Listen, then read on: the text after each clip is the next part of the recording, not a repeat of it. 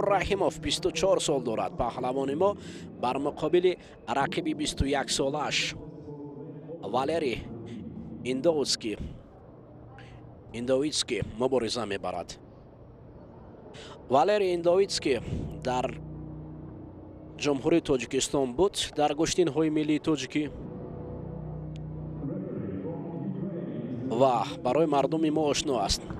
سولیما ویتالی از اوکراین این نبرد تیمور رحیموف را بر مقابل والری حکمی میکند. تیمور رحیموف پیش و پیش می آید، جایزه‌دار نشان نقره گرند اسلم باکو در سال 2021 محسوب می شود و این نوبت اکنون برای نشان برنجی مبارزه می برد. اما در تاریخ گشتین جدای تاجیک اگر خطا نکنم این باری اول است که یک بار سه پهلوان ما برای نشان در قسمت های اگر بگیم فینالی به خاطر فینالی در قسمت فینالی یعنی در همین مرحله های فینالی گشتین میگیرن. تیمور رحیموف مبارزه میبرد با والری ایندویتسکی.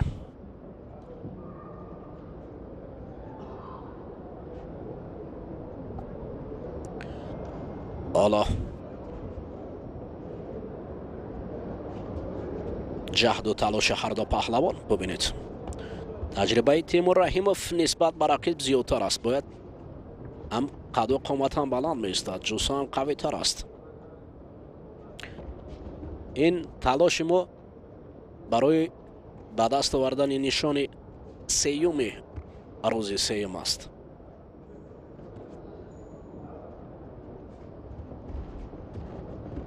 رحیموف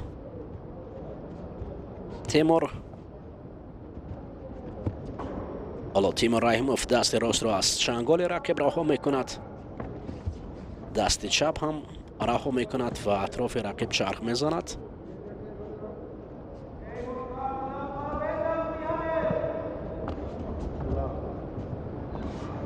با هم می آیند. بار دیگر پای زدن این من است شده است برای ایندویتسکی. اوه گریبون کندن برای هر دو پهلوان شده نشان دادند.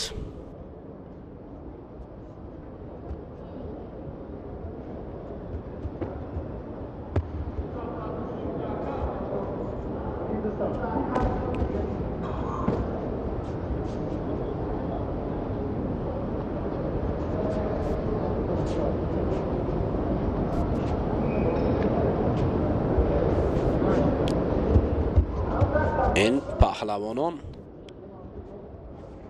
حالا با زوری بازو از هم جدا شدند. تیمور رحیموف فاصله را نزدیکتر میکند. اوه همچنین خطر هم دارد بعضن حالت ها. نگریزد تیمور رحیموف. این شماره 2 شده است برای هر دو پهلوان. تیمور رحیموف لازم است که اکنون در فاصله نزدیکترین گشتین گیرد. اوه از مات یا تاتامی میگویند بیرون نشویم.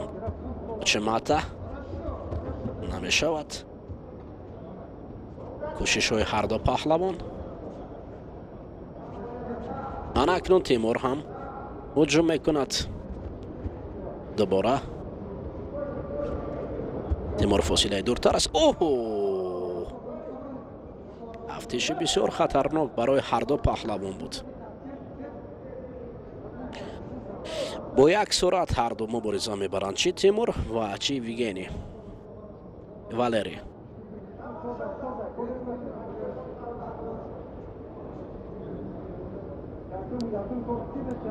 امید با تیمور رحیموف بیشتر بود.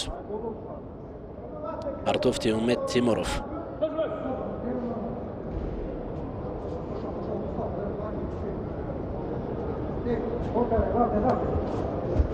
تیمور رحیموف پرتوفتش خوبتر بود.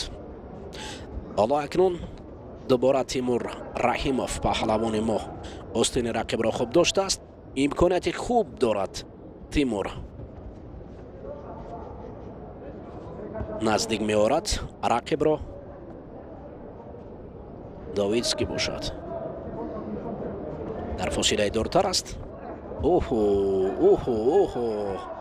یک لحظه خطر در فاصله نزدیکترین برای هر دو پهلوان. این جوان پهلوان روز هم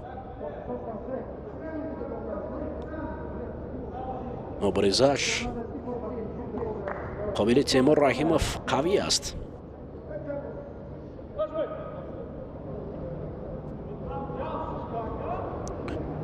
جفز کردن از جانب مخلصان مصلحت داده می شود، اما جفز کردن معنای آن است که در فاصله نزدیک باید یا کمر داشتن استفاده برد، ولی او جفز کردن هم خطر دارد. آن باید فراموش نکنیم با وجودی که بسیار امکانیت زیبا بود که تیمور رحیموف فقط مانع میگذاشت برای رقیب. قواش خوب است ولی از چی باشد توقف کرد کمی.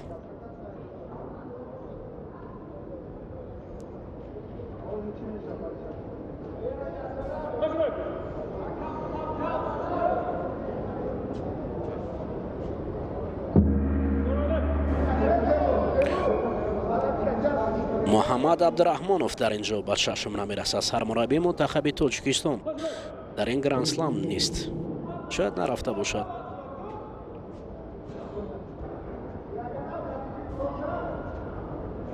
سرمربی نفر است که دائما پهلو به پهلوی پهلوانان است و میداند از کاری برای آنها.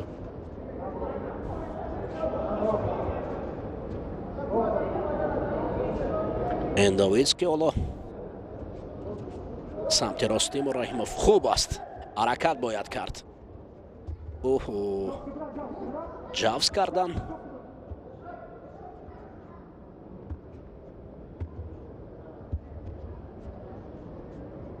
حالا باز هم امکانیت برای تیمور رحیموف است در گلدن اسکو گشتن گرفتن. نشود که برای هر دو پهلوان جافتش بود. حالت اسایکامی برای تیمور رحیموف امکانیت زیبا است. باید این لحظه رو صبرانک استفاده برد. رقیب در حال مثل تیمساح تاب خورد در زمین. شکم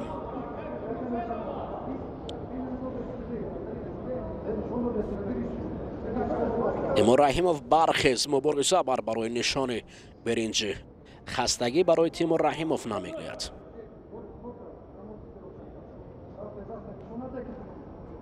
باید خستگی خود را هیچگاه مقابل رقیب نشان ندهد، برعکس فعال خود را نشان دهد. آخر قوه است، قامت است، جوسه است، پس برای چی؟ حرکت می باید کرد.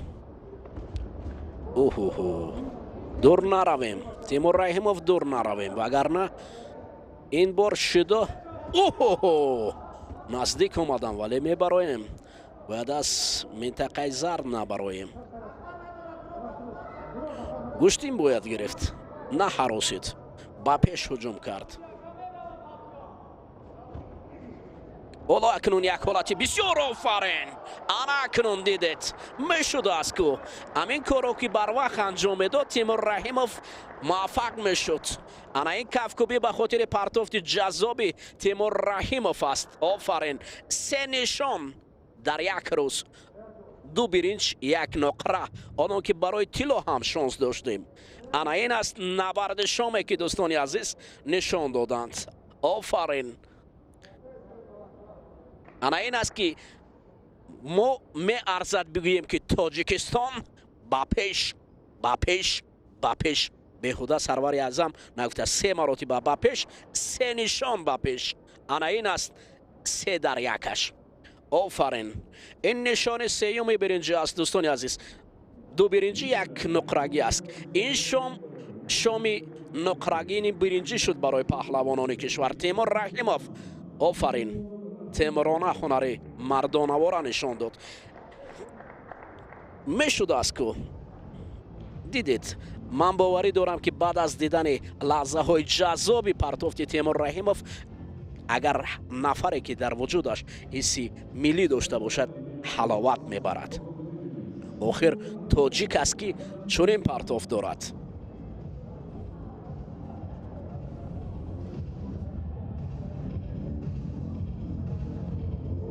ба ҳар коре ки ҳиммат баста гардад, агар хоре бовад, бубинед гул даста гардад.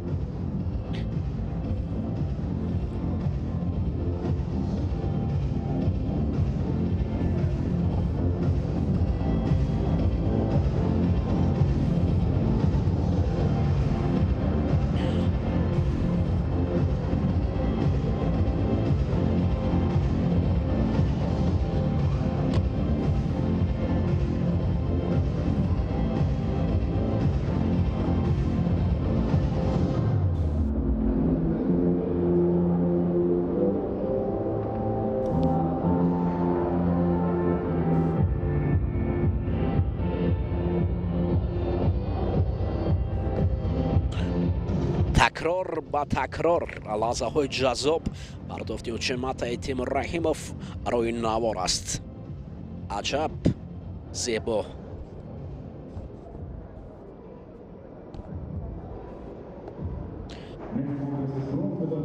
ин